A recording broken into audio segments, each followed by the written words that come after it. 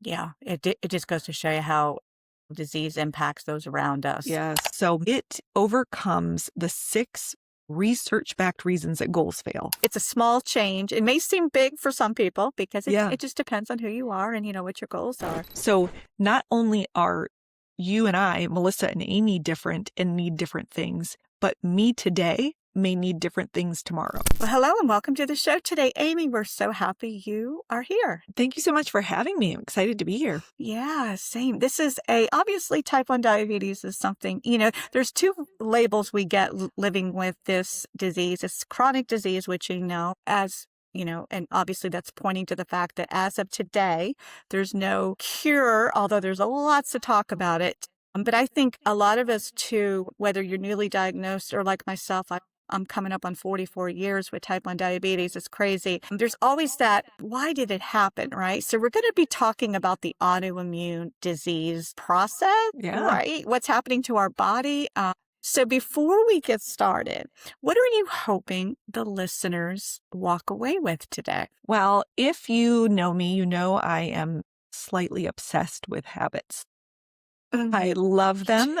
Yep, I love them. Not in the, oh, you should be doing this and using them to point out all the things we're doing wrong, but in the way that they are this amazing science-backed tool that when you figure out how to master them and how to shift them in a way that is doable, in a way that is fun, in a way that is effective, then it's amazing. So what I would love everybody to leave with after our time together is a feeling that, oh my gosh, it's possible. Even if I have a habit that feels so hard to make or break, or even if I have this long history of not being consistent with this thing, I would love them to leave feeling a bit more confident that, oh my goodness, there is a way that I can do these things that I know would help me feel better. Yeah, I love that. I love that. And one of the biggest feedbacks I get from people I know, even my daughter, which is another story, I won't get into all that, but I think the number one thing went in a lot of clients and women and I'm sure you can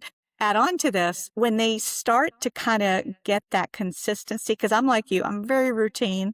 Routine works. It works really well if you're living with diabetes because blood sugar likes routine. But one of the things that I hear a lot, once women specifically start to get a routine around their healthy habits, and these are terms we hear all healthy habits, do all this, do this, is I feel so much better. Yeah, it's so funny. I'll try to speak to like what people want and just those 2 words, feel better. Everybody's better is different. So I may say feel better and I'm thinking of how my legs are, how strong they feel that day. And your feel better may be, that you have more energy and you don't want to snooze. And so whatever your feel better is, man, better is possible. That's the other thing that if I had to pick a second thing to leave with is that whatever feels not great right now, it better is possible, right? I mean, perfect, maybe not, but if we believe better is possible, then that is the first step to actually being open to find an avenue to make things better. Yeah, absolutely. And it's very reflective of how you used to feel, whether it's a week ago, 2 weeks ago, 2 years ago. And to me, it's the ultimate motivator. Because it just reinforces that, the choices that we make every day do matter. We notice a difference when we don't, and that's not judgment, it's awareness. And it really does help to motivate those choices going forward. What a gift when our body does tell us something that it likes. We may, we could look at it as, oh my God, this symptom is back. Or some people never feel any different. And, but if we get better and then it feels a little bit worse, it's like, oh my gosh, thank you, body, for letting me know, because we can use that in our toolkit as a motivator to say, my body loves this thing. Yeah, absolutely. Yeah, symptoms are good, right? They the can pain be. and the suffering, but symptoms definitely tell a story. So tell us about your passion and your reason to be in this space with autoimmunity. Absolutely. My autoimmune story started when I was in my teens. I was diagnosed with an autoimmune skin condition called vitiligo. Shortly after that, I started pharmacy school and I started learning about everything that could go right and wrong in the body. So autoimmunity and learning about, okay, this disease is autoimmune and this disease is autoimmune. And then Mhm. I'm learning that they tend to cluster. And I knew I had one. So I'm thinking, oh gosh, is there going to be another one? And Mm. sure enough, a few years later, in my mid-20s, I was diagnosed with an autoimmune thyroid condition called Graves' disease. And again, my body was whispering to me, like, something's not right here. But it wasn't until I was 27, I was diagnosed with multiple sclerosis, which again, chronic disease, autoimmune, and that felt like my body was screaming to me. And what I knew about MS, what I knew about how it could impact my life now and in the future, that I paid attention to, I listened to. Mm. So being the lover of learning that I went back to school to study functional medicine and to study all the things that we can do to influence our health moving forward. So I had a few diagnoses. I knew I didn't want another one. And I knew that I wanted the progression of the ones I had to either stop or halt or get better. And the best chance that I had at that, I am somebody who takes a disease modifying therapy. I value the science that has gone into autoimmune diseases, like you mentioned. I mean, there are things without insulin. What would we be doing in type 1 diabetes? And so I valued that, but I call that my defense. And then I was like, but I want to have an offense. I want to be proactive. And that is where this love of habits came in. And I started realizing, oh my gosh, the scientist in me loves this, that there is research behind these lifestyle factors that address the root cause of what's going wrong with autoimmunity. And now I'm a coach because there's a science behind how to actually shift your habits in a way that doesn't feel like deprivation, in a way that you actually look around and you're like, wow, I'm not only building better habits, I'm building a better life with this diagnosis. I like that. So could you give us, like, in a nutshell, if that's possible, what exactly is an autoimmune disease? Yep, we can do nutshells, and Yeah. this is perfect because we don't need to get too in the weeds. But an autoimmune disease is essentially, we have our immune system that is there to protect us. It's like our army. It keeps, infections at bay. Right. It looks for cancer cells that are trying to get in the way. What happens, the auto part of autoimmunity, is that it kind of turns on ourselves. So it sees our own tissues and it thinks, oh my gosh, this is a foreign invader and I need to take care of it. And so what's wild about autoimmunity and why there's no autoimmune doctor is that that tissue that it's attacking can exist in any of the systems in our body. If it's our pancreas, then we will see an endocrinologist because it looks like type 1 diabetes. If it's our thyroid, then it's attacking the thyroid tissue. If it's the nervous system, it's MS. If it's the gut, it's inflammatory bowel disease or Crohn's or colitis. And the lists go on and on and on. So essentially, our immune system is trying so hard to do what it can to help us, but it's gotten its wires crossed and it's causing some damage. Yeah. And thank you so much. Yeah, that really does help kind of simplify exactly what's happening and why. I'm going to read a statistic, and I got this, online. We'll see how, but it's impactful, as far as what it's saying. So in the United States, so this is just in the U.S. So they estimate that somewhere between 1 in 20 and 1 in 12, so that's 4 to 8% of the population have some kind of autoimmune disease. And again, that's millions of people.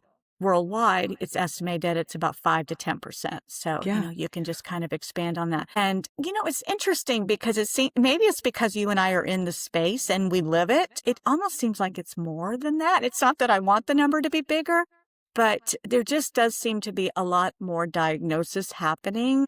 And are you seeing that as well? Well, and Yeah. those numbers are even more alarming if you look at people who have antibodies in their, if you measure your blood, there's a handful of variety that show there's some sort of autoimmune thing happening well before a diagnosis. That number is even higher. So there's just this looming, yes, the prevalence is going up. It's getting spread to younger and younger people. We have more and more diagnoses. And the other thing that I think makes it feel higher is that many of these autoimmune diseases, when you or a loved one is diagnosed, you really take that on as a family. Mm, And that's good to know because in research, they show that the unit of change that is the most effective is a household. So mm, a lot of these habits and these lifestyle changes that I live and teach and coach people through, they are best when you're eating and moving and thinking with people around you who are mm, all going after the same thing, which is mm, something I call autoimmune health, which is the health that we are going to create because we have this diagnosis. And so I think you're right. It feels like more because if I have it, but maybe, or, if you have it, or maybe your sibling or a mhm, child or a parent, all of a sudden you're paying more attention to autoimmunity because there is a genetic component and you want to love and care for your loved yeah. one the best you can. Yeah, it just goes to show you how disease impacts those around us. Yes. And there's so many levels to it. It impacts the families, relationships, the workplace, all Yeah. the things, right? Hands Yeah, down. You're so right. right. Yeah, yeah, all Yeah. those things. Yeah. So tell us about your habits. Again, it's a general term, but I love it. So I love the fact that you're using something that we're all really familiar with, but I Yeah. can tell you're passionate about what you do and what you coach and what you believe is really that Yeah, yeah. absolutely. And again, nobody has not heard of habits. It's Atomic Habits. Every single one of my clients has read it, maybe once or twice. They have it Mm, on their bookshelf. It's been number one. And then now it's, I think, number three, 6.5 years later on the New York Times bestseller for a reason. We know habits matter. What is missing is how to actually make them happen, how to mm, actually use them, take it off the page and put it into our real life. So that's what I'm so passionate about is, yes, deciding what are the habits that we want to make, but that's so personal. And so mm, I created a framework that, again, is based on the science because one of the reasons all this health information can feel so overwhelming, it's like, this person on Instagram is saying this and, this book and this podcast, it's yeah. overwhelming because if we don't have a way to sort it in our brain, if we don't Mhm, have a framework to make it work in our real life, then oftentimes it feels disconnected or out of reach. And so I created a framework, one that it starts with me. I needed a framework to make sense of all the different things that I could be doing and how to actually do it in a way that was balanced, in a way that didn't feel overwhelming, in a way that complemented each other. So this framework, I call it the Habit Hub for Autoimmune Health. And you could take out the autoimmune. These are the things that are good for mm, all human body sure, to be sure. healthy. But those of us, especially with autoimmunity, because we have these little, alarms going off saying, you don't have the luxury of waiting to look at this. You Right. probably want to look at this now. And so the framework is 6 key areas of our lifestyle. The 6 key areas of our lifestyle that we can influence, that we have some level of control over, Mm, because there is a part we can't control. To go back and mhm, say, gosh, I shouldn't have had MS, my genes and my right. environment, Mhm, same thing with diabetes. You know what? It happened. We can't control what happened in the past, but we can control what happens from here. So yeah. it's the 6 key areas. And the good news is that it's not anything you haven't heard before. Hopefully it's just presented in a way that's kind of sticky in your brain because you're like, okay, this is how they all fit together. Do you want me to share what the Y 6 are? Well, yes, I Okay. can't wait, and I'm hoping they're the same things that I prioritize as well, so I can't wait to hear. I Share, bet please. you they are. I bet you they are. The first one is the first one for a very good reason. It's mindset. And mindset is behind all the other ones as well. Mm, Paying attention to how we're thinking, how we're feeling. I call them the inner habits, the habitual ways that we are walking around with thoughts and mm, beliefs and feelings. Mindset cannot be skipped. And the reason I know that one's so important is because I skipped that one for years. oh, I went all in on what am I eating? How am I exercising? But mm, something was missing. And that was this piece of how am I showing up as a person living with this diagnosis? One is mindset. mhm, Number 2 is food. So no surprise there. We know mhm, that higher quality in gives us higher quality out. Number 3 is movement. Again, another huge one with diabetes that we know how we move, when we move, how intensely we move impacts all these other things in our body, especially our blood sugar.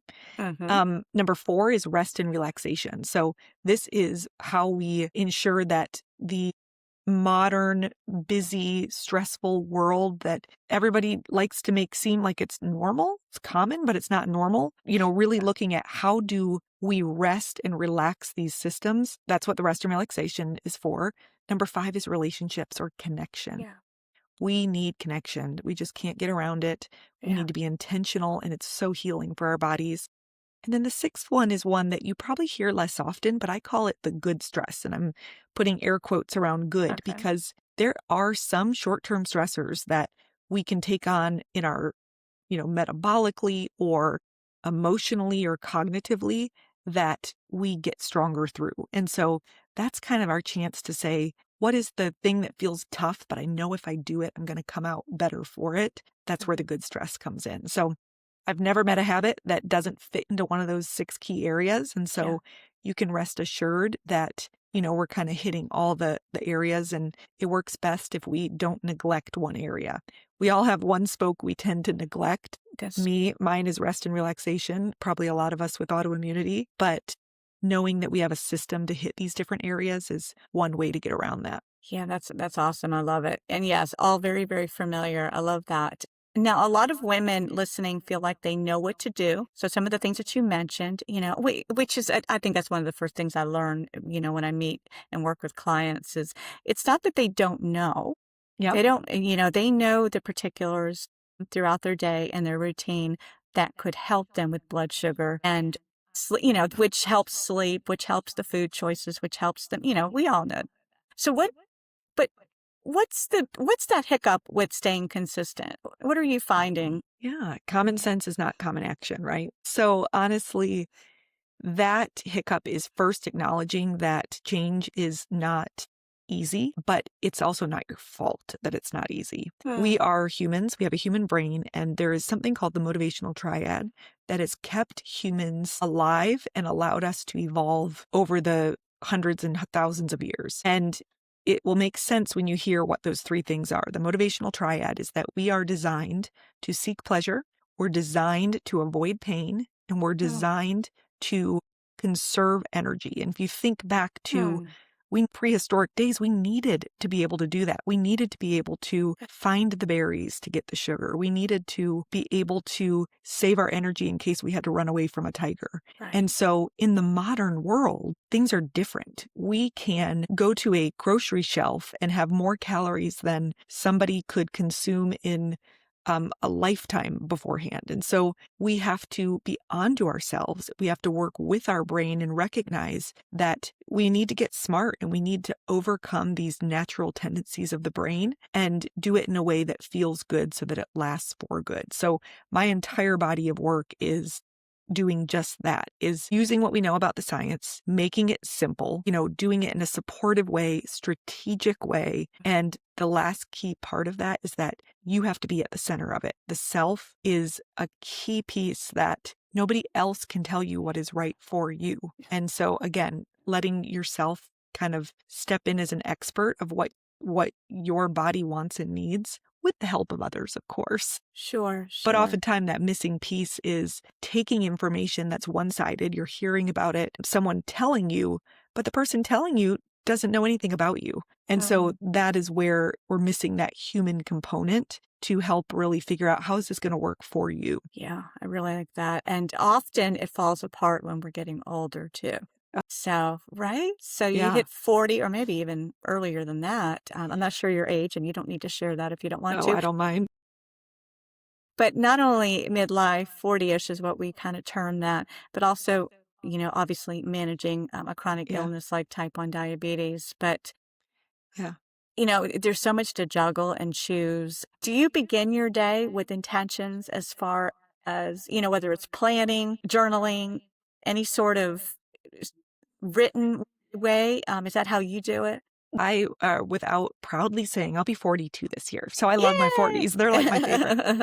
I love my 40s so far, but because we all have a chronic disease and it's called aging. So I have myself and clients who have friends and family that come to them and they're like, hey, how are you doing this? Because nobody's getting out of this life without figuring out how to take better care of ourselves. I mentioned that this way that we master how we change habits. And so I have something called the ABC Habit Playbook, and it's 20 of these science-backed strategies that are pulled from all the good research that we mix and match, and we use different plays for different habits. But one of them is called From Mind to Matter.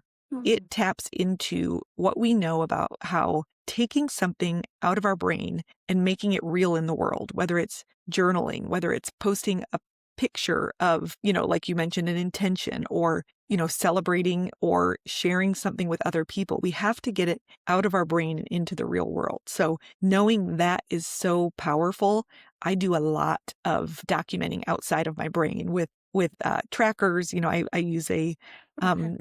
a tracking system. And yeah, I love to journal and really look at what's Hmm. going on in this brain. How do we get it out of Hmm. our head?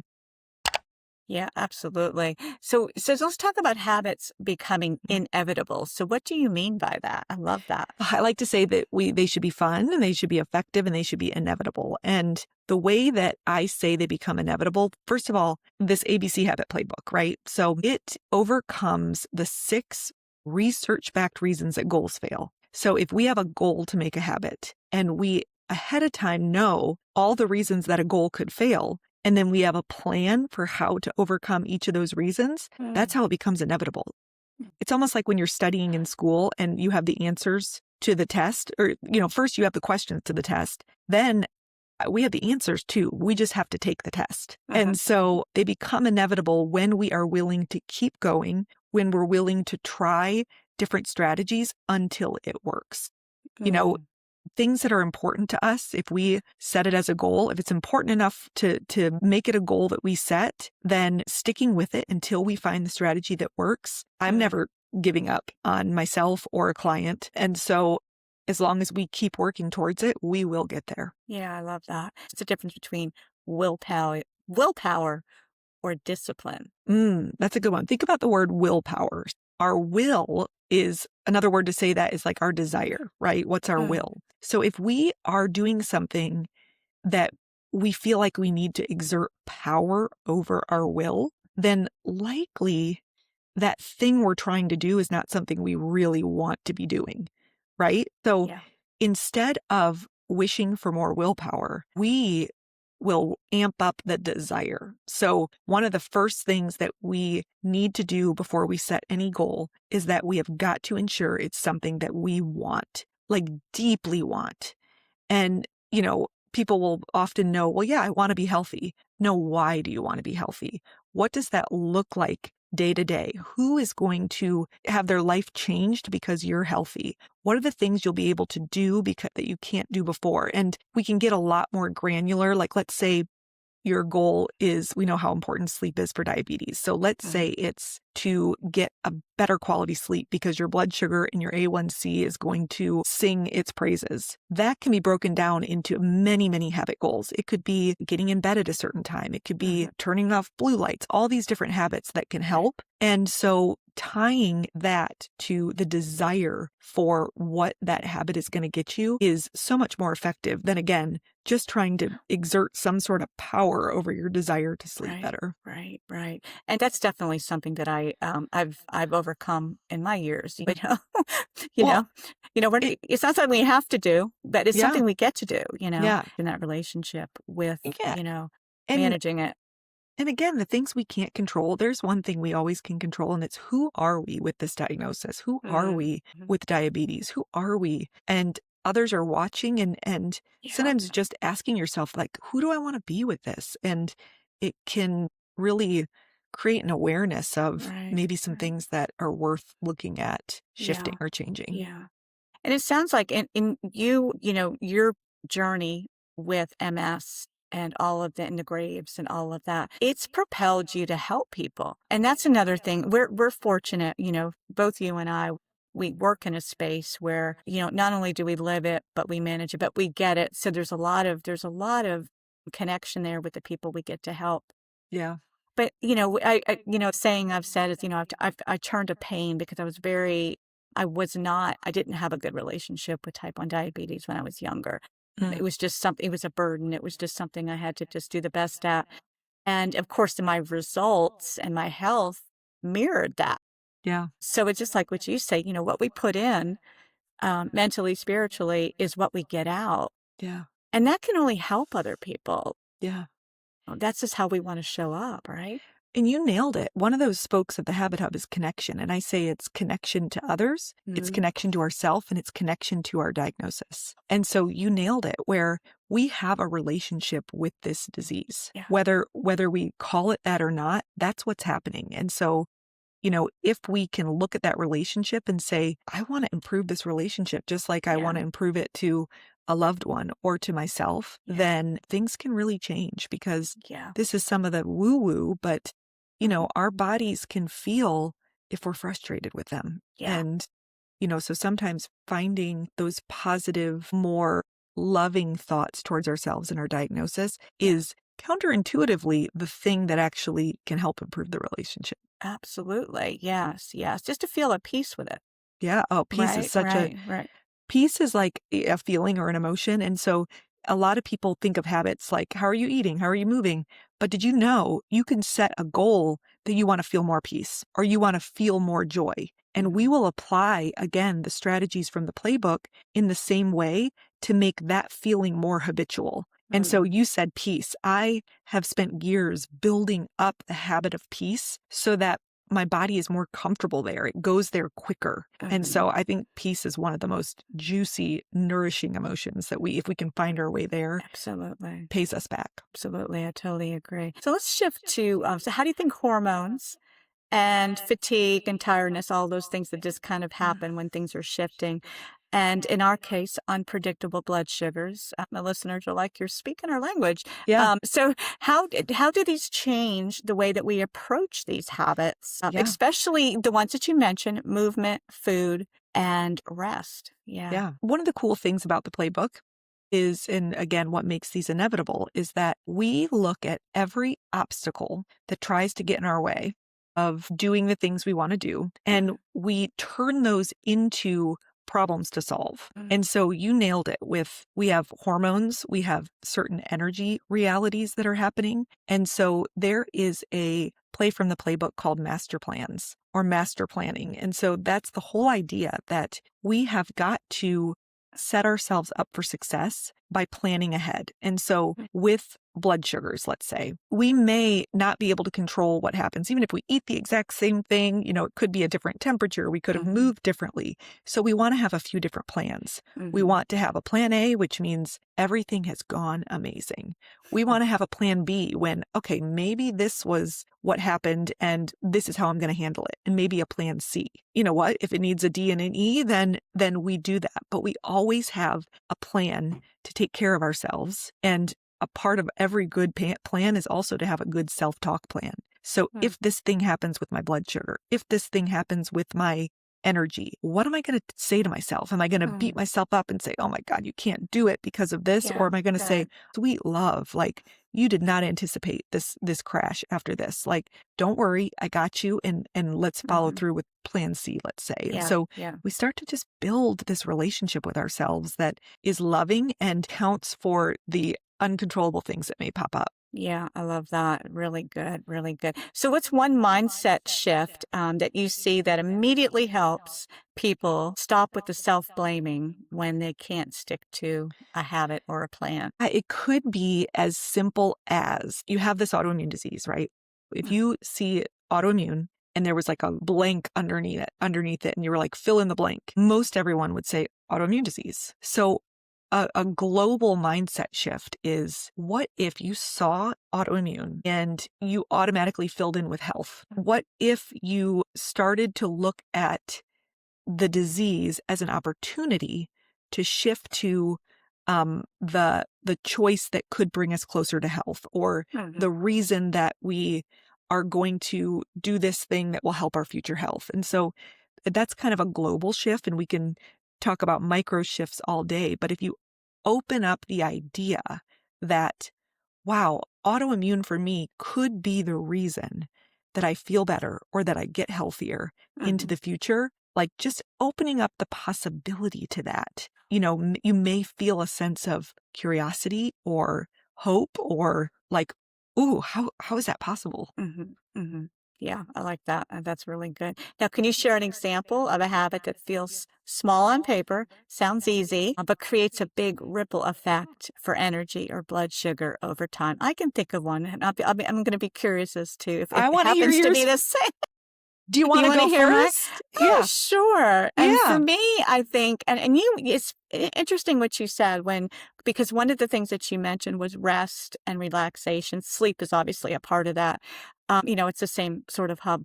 But you mentioned something that obviously we do small habits to influence the ultimate outcome, which is a good night, restful sleep. I guard my sleep like like a guard dog. Yep. I am very ritualistic about what I do, 8 o'clock, 9 o'clock, trying to get down and asleep by no later than 10:30. And it is amazing. And again, you got to give yourself a little bit of wiggle room because there's nights that it doesn't happen. You might be out Yep. a little bit later, but there's some things that we can do no matter what, whether it's the magnesium, whether it's the sleepy tea, obviously shutting the lights down, all those things. Those are things that we can do for our body, put in our body that help, just to initiate a good night's sleep. But I think prioritizing it, knowing that I am going to do all I can because I know the outcome and how tomorrow is going to look and feel if I don't prioritize it Yeah. starting 7 a.m. or 7 p.m., 8 p.m. and all of that. So Yeah. it really is. It's a small change. It may seem big for some people because Yeah. it just depends on who you are and, what your goals are. Yeah. I love that you mentioned that where, okay, maybe I'm out later, so this happens. That's where the habit hub is cool because if you may do something like stay out later and it takes a hit in the R and spoke of the habit hub, you can see, oh, but I connected with friends I haven't seen in a while. So actually, this other side of it is, maybe this is going to be a net neutral. So I I like love that. that you said that. But the habit that I'm really, really jonesing on right now Mhm. is I wore a continuous blood glucose monitor. Did you? Tell I us. did. I've done it a few times, and I actually got it for Christmas for my husband because he gets crashes and he has celiac disease and other things. But he's Okay. been busy. He hasn't put it on. A couple weeks ago, I was like, I'm gonna stick this on, and I'm just gonna see what I learn. One of my first podcast episodes over 3 years ago was about the habit of moving after meals. No, there's a study that about 2 minutes of movement after meals and the great impact it can have on our cells and our mitochondria and Sure. of course our blood sugar. And Mhm. so, like I said, I've written a podcast episode about it, but was I consistently doing it? It kind of fell off the radar. I did an experiment where I packed the exact same lunch, exactly the same. And I ate it one day and I just kept working after my lunch. Then I packed the exact same lunch, ate it again, and I got up and I did a lap around the office. So it maybe was 90 seconds, not even 2 minutes. The impact, the monitor I was using gives a impact score with blood glucose and kind of how it's affecting it, went from an 11, you want it to be a 0, which is hard to do, but it went from an 11 to a 0 with 90 seconds of just Wow. moving. And it doesn't even need to be walking. It can be calf raises, arm circles, deep Sure. breaths, like Sure. that moving after like paired with meals, I think is one that I'm just reignited to remember this does so much. And even where you take away blood sugar, which we know we care about, what it does for your mental state Right. and Yeah. it like turns on that prefrontal cortex that actually helps us make better decisions. And so that's kind of why people will say, how come when I'm exercising, I tend to make better food choices? That's one of the reasons you're getting Yeah. blood flow to Yeah. the part of Yeah. your brain that Yeah. wants you to make good choices. So Absolutely. that might be mine, is getting some of that Yeah. movement. And that is a trickle down kind of a snowball effect, Yeah. basically. Yeah. And just seeing it. And again, you're still considering it and talking about it. So is that something that you're continuing to do now? Yep, I am. I Okay. have been. Yeah, I've in my group, I was sharing my little mini experiment, and it's so funny how many people are like, I'm going back to that too. And so yeah, again, Yeah. we have a strategy called Trust in the Tiny, I and like that that. habit truly embodies that we can trust that these tiny shifts we make, whether it's in how we think, how we feel, what we do, they are what add up over time. I love that. Yeah, and it does, and it does. It's such a trickle down effect, Yeah, and ultimately, it's going to help us feel better. So, I love it. and I like the idea too of you mentioned there's a lot about autoimmune that we can't control. It's happened, it's done. The body is where it is right now. A term I like to use a lot is how can we influence how Mm, our body's going to feel and the outcome. I love that. Yeah, the word control is very tricky, especially in the diabetes space, because and I Yeah, think we've been guilty of kind of tossing it out there like we can control our blood sugar. yeah, Well, in essence, that's something nobody can do. that's beautiful. So many things happening, and we do know that living with diabetes, all these things that influence the outcome of the blood Yeah, sugar an hour after we eat. yeah, So we can't control the outcome. All we yeah, can do is influence the choices around what our goal is going to be. yeah, And you mentioned like the plan B and the C, and that's so true. That just goes into that. It's like, okay, so this is what happened. This was the result. What can I do differently? yeah, And instead of beating ourselves up and the self-blame about yeah, the yeah, first initial choice wasn't the best, but yeah. guess what? You've got an opportunity to do it differently. Yeah. Well, Yeah. and I have a similar feeling about, controlling your thoughts or controlling your mindset, Mm, where mm, it's similar, where we're going to have 60,000 thoughts a day and right. we're not controlling all of them. There's even, people will say manage your mindset. And I use that as well. But as Yeah. a manager in my pharmacy world, it's really, I like the word leading it better, right? Managing is kind of has that connotation that you are, just logistically trying to control what people do. But Yeah.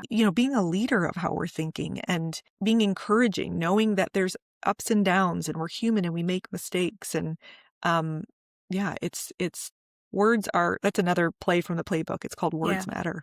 How Words matter. we are talking to ourselves, to others about what's Yeah. going on will Yeah. drastically change how we feel about it. Yeah, I love that. Yeah, really good. For somebody who's maybe it's a listener here who feels burned out on trying again. So again, they've made this step, they've tried to do this, it hasn't proven itself.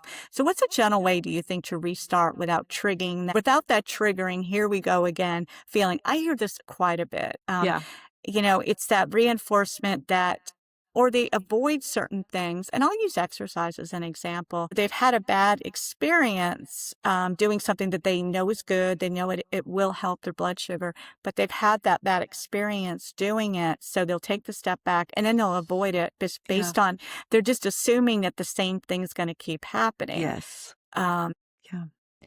I think, the important part here is to, again, trust in the tiny, that it all starts with one thing. You're mm, one habit away from proving to yourself that you can set a goal or start a habit and become consistent with something. So again, back to the beginning, we said I would love people to leave feeling that confidence. So it starts with taming the voice in your head that says, I need to do all of this or I need to do it mm, perfect. And mm, instead choosing just one thing.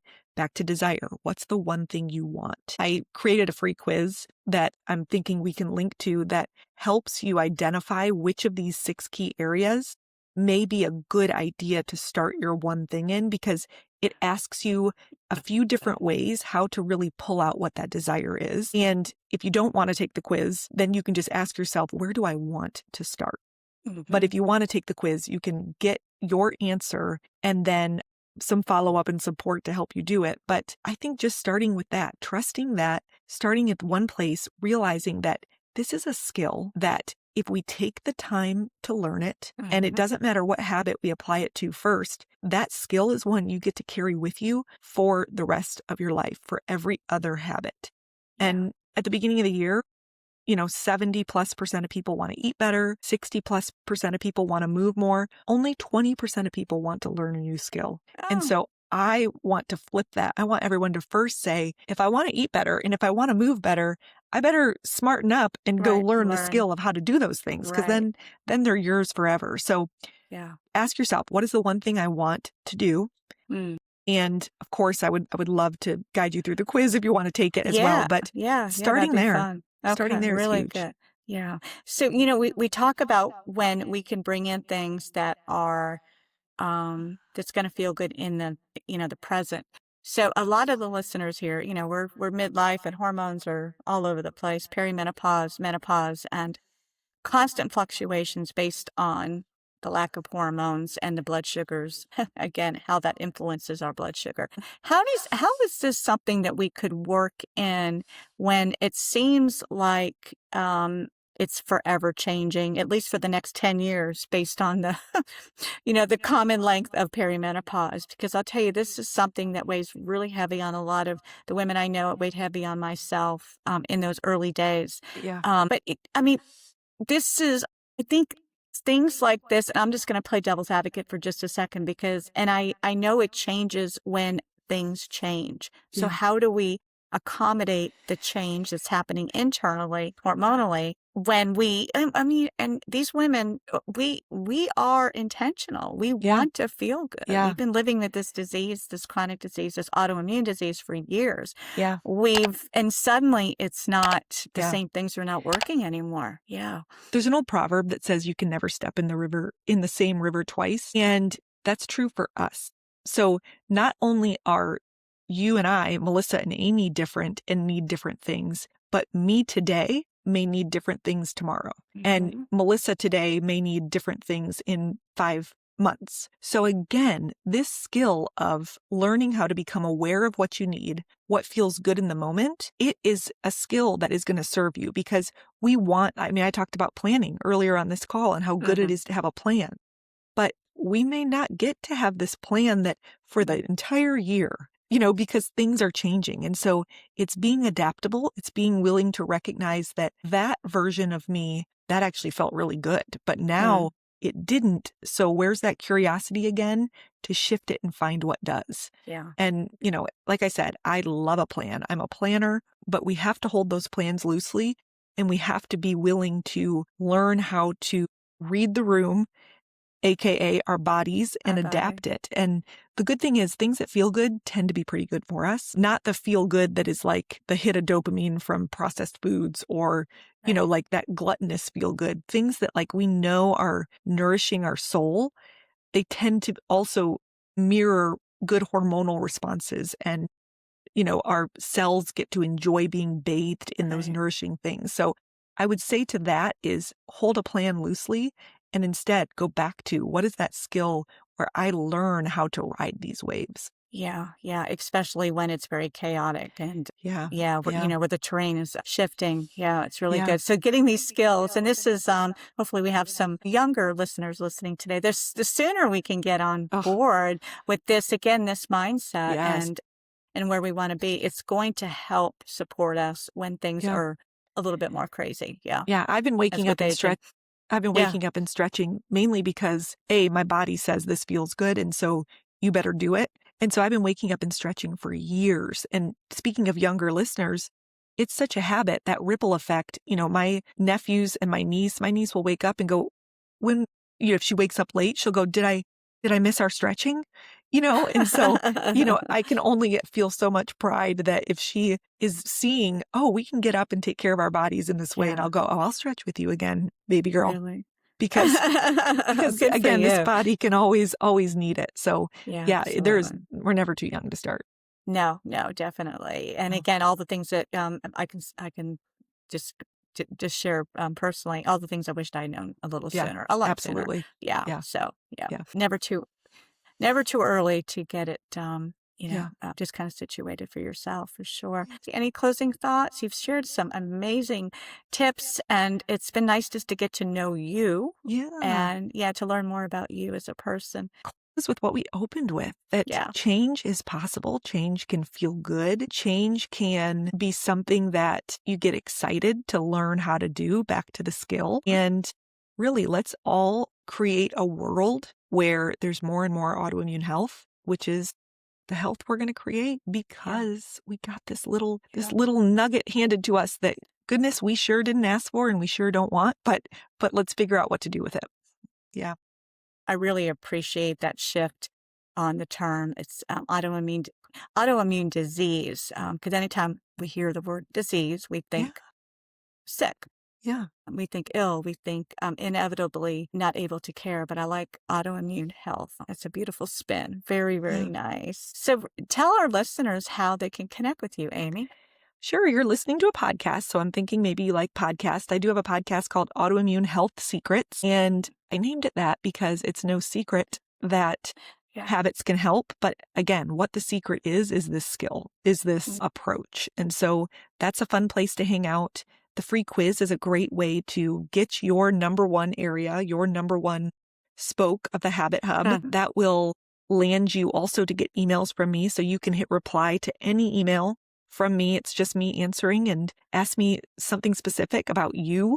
Again, this human interaction is often what's missing in the health world. So hit reply. And of course, if anybody wants to, talk about coaching or this approach, then that is available on my website, and it's called Club Habit Hub. And it's where we kind of travel this hub in these different spokes in a really balanced and beautiful way. And yeah, we have fun creating Thank autoimmune you. health together. Thank Well, I you. appreciate you. Yes. And all you're doing in this space, Thank you. we definitely appreciate you. And I'll be sure to link all of that right here in the show notes to make it easier for the listeners to get connected with you. Well, thanks again, Amy. Yeah. Thank you, Melissa. It's been a pleasure, and I appreciate all you're doing in the world. Oh, I appreciate that. Okay. Well, everybody have a beautiful day, and we'll be back in here next time.